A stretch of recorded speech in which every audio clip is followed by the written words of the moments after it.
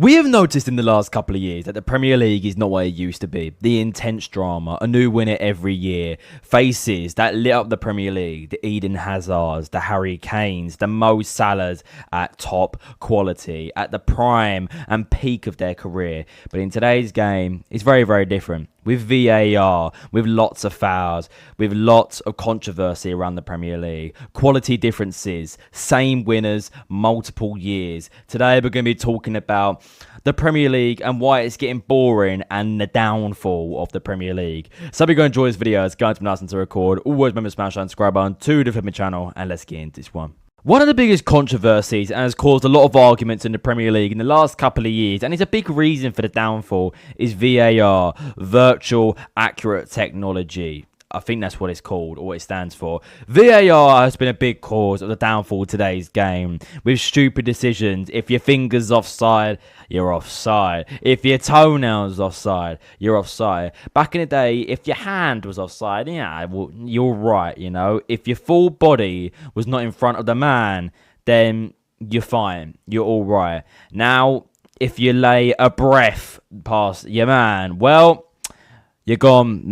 Nah, the goal don't count. That's it. So, it's quite stupid, VAR. I think it's got a lot more ridiculous the last 2 years. Its introduction back in 2018, it was never really a bad thing. It was never in use that much because the Premier Leagues were a lot more smarter. You know, they knew what decisions to make. But in recent times, there's so much pressure around referees on social media and the decisions they make, the inconsistency, meaning that they're always having to go to VAR and get a second review by other people to help support their decision, of course, because they don't know anymore. They don't know what is the right decision for the game anymore. So if you look back at 2019, 2020, VAR would be shown. And if you're offside, maybe if you put your arm offside, yeah, you're offside. But that's understandable. That can be all right. But in the last 2 years, now, if you literally put your foot offside, no, it don't work. Nah, it don't work. If your big toe's offside, nah, that don't work. Last season, there was a rule change. There was a rule change for VAR because how ridiculous it was in the 2024-25 season. So many goals are getting ruled out. And in today's football, you cannot celebrate a goal without having to wait 3 minutes after the goal's gone in the net for the referee to finally decide if the ball went in the back of the net, actually counts because the player that scored it was breathing offside. So it shows you how ridiculous this league's gotten. I understand technology is a big thing for the future. It is getting involved in football. It's nearly been involved in football for nearly 8 years now. It's been involved since the introduction of the 2018-2019 season. You never really saw much back then. So 8 years of VAR. It's had its ups and it's had its downs. But the problem with the Premier League fans is that when it goes their way, we love VAR. Yeah, it's a thing of future. We love it. Keep it. When the minute don't go your way, I'll get rid of VAR. It's a joke. Ridiculous. Get it gone. And that's what I've been like at times. When Tottenham get a decision go their way that really shouldn't have gone our way, I'll be celebrating it. Because, of course, why not? And when it doesn't go my way, well, get VAR out, I say. But all jokes aside, VAR, well, it's going to stay. We can't do nothing about it. It is going to be a future of the game. And sadly, it's going to get more ridiculous. They're going to make it more strict. They're going to make football such a strict game where you cannot celebrate a goal, even if you score a worldie maybe and put it in the back of the net. Now, to not be offside, you literally have to score a 25-yard banger to make sure the goal is a goal in the moment of time. But VAR will stay. If it was my decision, well, I'd get rid of it, of course. It's not what I really want in the game. I'd rather the referee, make the decision themselves. I think that would be the better way to decide it. If the referee actually had control of the game and, you know, could say, right, that's offside, I understand. And yes, the linesmen as well. The linesmen, they're not as focused anymore. They just let VAR do the job. I'll give you one situation. Coming up 3 years ago now, Luis Diaz for Liverpool against Tottenham Hotspur back in the end of September when the season started for the 2023-24 season. Luis Diaz scored to put Liverpool 1-0 up, and he was clearly onside, but the referee claimed it was offside. And VAR, well, slightly agreed with him, but not really.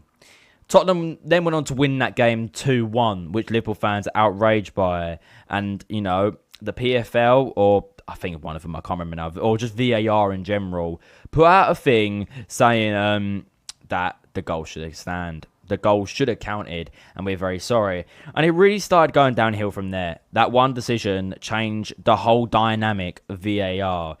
And VAR is a stupid thing, but it's going to stay on our game. It's going to get more ridiculous, and that's sadly how it's going to be. One big issue that was definitely talked about a lot more last season was corners. Corners have been a big thing that has changed the Premier League. If you look at last season, Arsenal are a big team for it. You look at this image right here with Chelsea, they're holding players. Just look at Declan Rice with Joel Hato. He literally got both arms around him. It is absolutely stupid, the idea of corners. But all players ram up into one. Goalkeepers. If you look at David Raya over here, look what Caicedo, I think, is doing to David Raya. He's holding his arm. And I'm a Tottenham fan saying this, a Tottenham Hotspur fan, so I don't want to give Arsenal or Chelsea no credit. But this is just an image I found. Just the state of it, the absolute state of this. Look at it. All the Arsenal players, they have a corner tactic, and Arsenal started it with all this corner tactic, holding goalkeepers, all getting into the box, moving people out the way, grabbing necks, grabbing shirts, and then just headering in. Yeah, it's a stupid idea. Absolutely stupid, I'll be honest. I don't get it. This is Arsenal defending a corner, and there's no fouls. This one on Joel Hato, on your right here, where Declan Rice holding him, is 100% a foul. You can't put your two arms round someone and hold them. How are they going to jump? How are they going to move?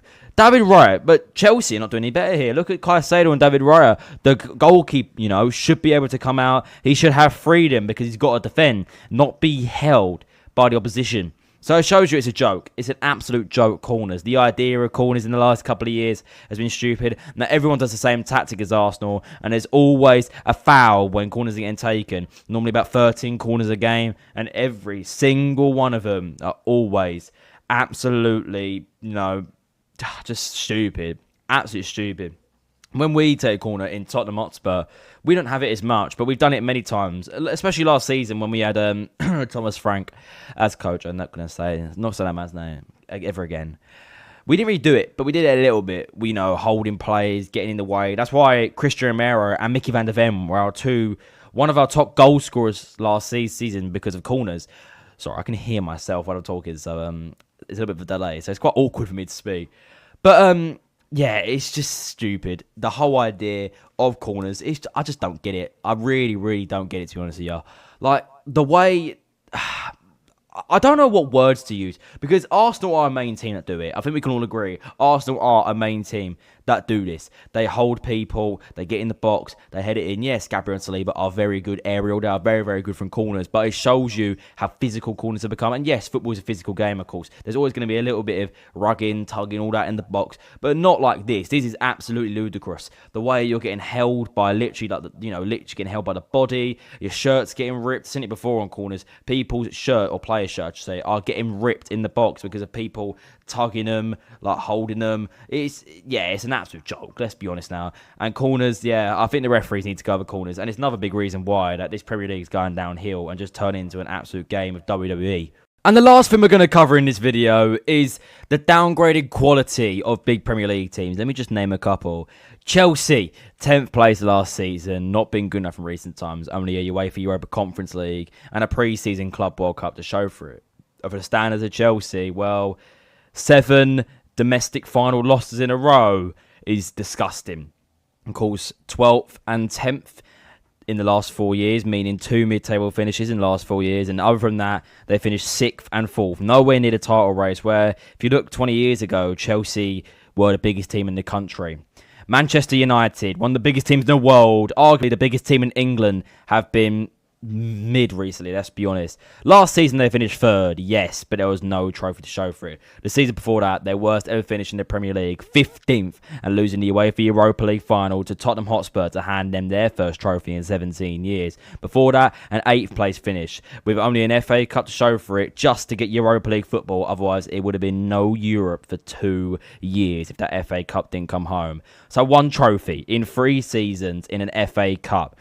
So it's not great. With no league title now in nearly 14 years. Man United being one of the biggest clubs in the world. Liverpool behind them, of course, winning 2 league titles since then. Having tied 20 league titles in Manchester United is mad. And the last one to cover, sadly the worst, Tottenham Hotspur. With two 17th place finishes back-to-back last season, going down to the final day to see if their survival or what their fate would be if they would be relegated from the Premier League for the first time since 1977. Which is mad how long ago that is. That is nearly 50 years ago. And since the Premier League was made a thing back in 1992... Tottenham Hotspur have never ever been relegated and have always been in the division. But last season, it came to its closest breaking point where Tottenham could have gone down with one trophy in 17 years, showing for UEFA Europa League, where that season they finished 17th and somehow qualified for UEFA Champions League. Last season, it showed that their quality is not good enough. They're not a good enough team to be in the Champions League, and they need a massive rebuild. These teams in a massive rebuild. I can name you a couple more. Before Arsenal's league title, it was Arsenal, really. With no trophy in 6 years before the league title. Second place finishes. Never looked like they could get the job done. Congratulations to all. They did get the job done, which still pains me to this day.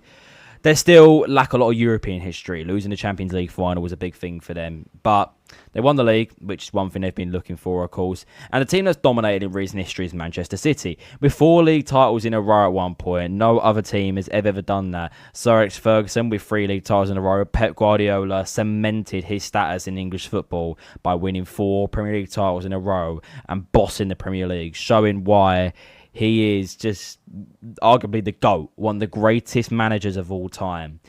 Of course, coming off Liverpool's COVID season, he went 2021, 2022, 2023, and 2024. Of course, it's not been like that in recent times. Third and second place finishes in the last 2 years. Arsenal have been a better team than them. Liverpool have been a better team than them, not last season, but the season before that where they won the league.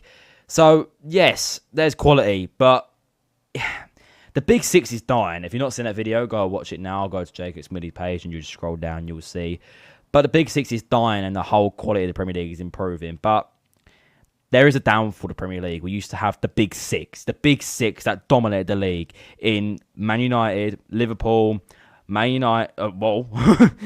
City, Chelsea, Arsenal, Tottenham. That was the Big Six, not Man United twice, but that was the Big Six. Now you see teams like Aston Villa, Newcastle, Bournemouth, Brighton, Brentford, all getting round them European places, and European places now been extended, which possibly could have been 9 teams this year, which is absolutely mad. But what do you think of the Premier League? Has it got better? Because some fans say that the whole league quality has got better, and it is a really, really good thing what direction the Premier League is going in.